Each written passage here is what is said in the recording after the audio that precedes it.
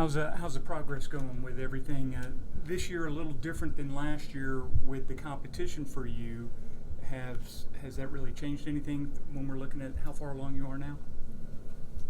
No, I don't think so. I think it's just going back to the basics and the fundamentals. Not really changing anything, but more so improving from the things that I've done wrong throughout the week.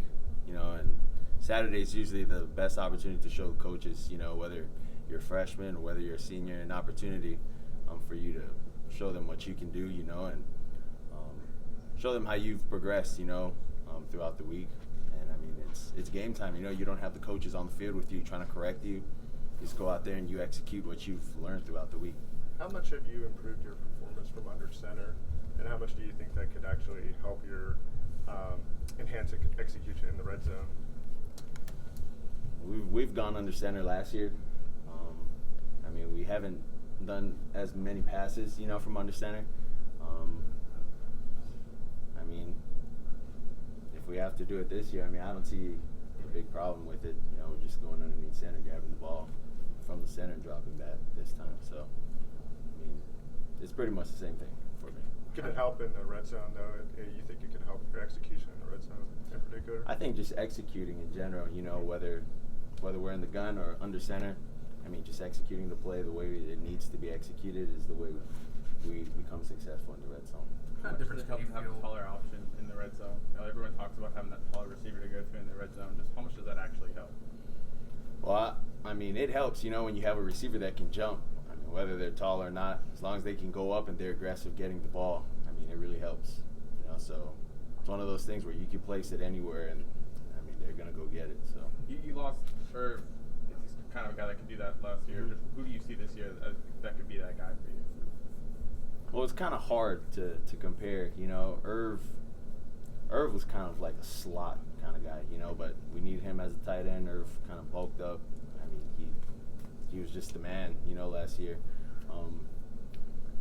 We have some guys. We have Major Tennyson. We have Miller Forrestall. We have Giles Amos. I know not too many of you guys know who these guys are, but I think they're going to be a big asset to us this upcoming year. How important is the relationship between a quarterback and a center, and how's your relationship with Chris on and off the field? I think it's good. I've said this before. When you build relationships with guys off the field, it transcends to on the field. So, there's been good occurrences where, I've kind of got in his face, he kind of got in my face. But, after all of that was said and done, when we come back to the sideline, it's, hey, how was this? Was this good? Was this good? And it's just a normal talk. But throughout the heat of the moment, I think that's when respect comes, and you can only do that when you build relationships off the field. So transcends to on the field, and I think in life. And when you get in each other's faces like that, what's that normally about? What are you talking about there? Well, it depends.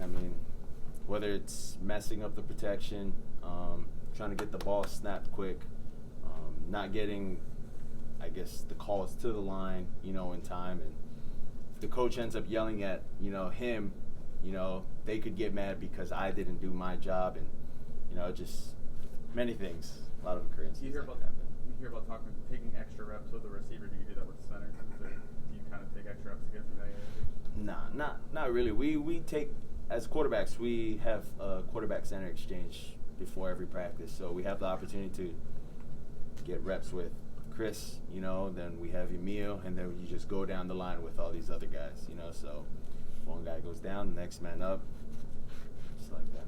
There's a stat out there where your completion percentage is 20% higher when you actually have less than 2.5 seconds to throw the ball versus having, more than 2.5 seconds. And is there an advantage to getting the ball out quickly in this particular offense, you think? And is that, you think, why the completion percentage is so substantially different? I'm not too sure. You like to get the ball out quick if you can. I don't want to be taking hits anymore from these big guys, so you'd like to get the ball out of your hands as quick as possible. Sure. But then, you got to think of it in a different perspective. If there's a guy wide open, there's someone about to hit you, you got to take the contact. You got to be courageous about it, and make the throw, stand in the pocket, and take it. I mean, it just really depends. How did the scrimmage go for you in the offense? How did it go? Yeah. I thought it went pretty well. I mean, there's always things that we can learn from, knowing situational awareness. I mean, understanding what to do while we're in the red zone. You know, just little parts of the game that we can improve on, as well as our 2-minute drill. So. Considering it was the first time you guys were all together, was there anything in particular though that you liked? That I liked. I liked that it wasn't script. Practices are script, so I mean, I feel like the defense matches all our plays every time we go out there. So it's a little hard for us to get open, you know. But come time to the scrimmage, I mean, there's no scripts. OC can call whatever, the DC can call whatever. So I mean, it's a lot better for us. You've talked about the kind of transition to the full field reads this year. What's been the biggest learning curve there? You know, biggest just kind of thing you've had to adjust to, and how much can that you think that open up the offense with so many talented wide receivers? Well, I mean, I like to say we did a lot of, you know, that with Coach Loxley, but Coach Loxley kind of tried to simplify it because we were pretty good at the RPO, and so we just kind of stuck with that. But I mean, it's no different from when I was in high school, you know, working full progression read, and then I had the opportunity to go to the Elite 11, learn from those guys, and I mean, it just all transcends here.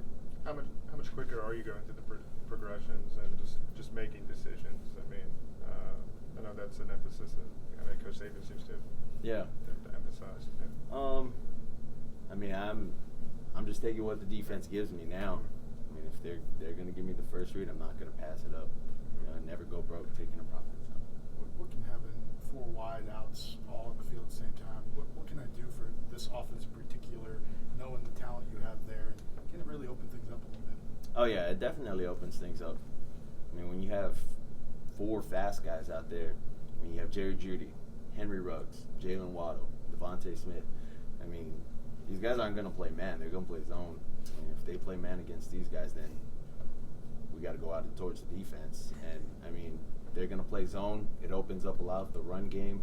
And then when they end up stepping, you know, into the box, I mean, then that's time for RPOs, play actions. It just opens up everything. So. A couple more. Najee and Brian improved as blockers, being able to protect you out of the running back position. Oh, they've improved a lot. I mean, it's been different because of the playing time that they've been given, but you know, I think they've done a tremendous job. You mentioned I don't mean getting in face, but you seemed in the open practice, it looked to me like you were maybe taking more of a role in kind of getting people in the right place. In the beginning of the practice? Yeah, I think the open practice they saw. In the open, yeah. in that Saturday practice. Talk about the leadership. Not the scrimmage, but the other Saturday practice For the first that we got to watch. Yeah. I know what you're talking about. Well, I mean, it was just the beginning of, you know, kind of reinstalling everything, plays, formations. So you can't really expect guys to know what to do right away. I definitely think this is what camp is for, you know, so when Saturday does come, you know, like this past Saturday, I mean, I felt everyone was tuned in. So, I mean, it's always good to, help put everyone in the right place, you know, telling them where to go, what to do, understanding why they got to do it, and making them know that that's going to be the reason as to why we're going to become successful as an offense. We talked about the first question about this file compared to last file. Are you better at that now, do you think, a year later? Can't really tell. Last fall, that was a ways back. So, I'm not too sure. Just looking at improving myself every day as best I can. You know, just always having a little whisper in the back of my head. You know, just got to keep pushing, got to keep fighting, and then just take what they give me, just play it a play at a time, just move forward. All right. Thanks to Thank you, guys.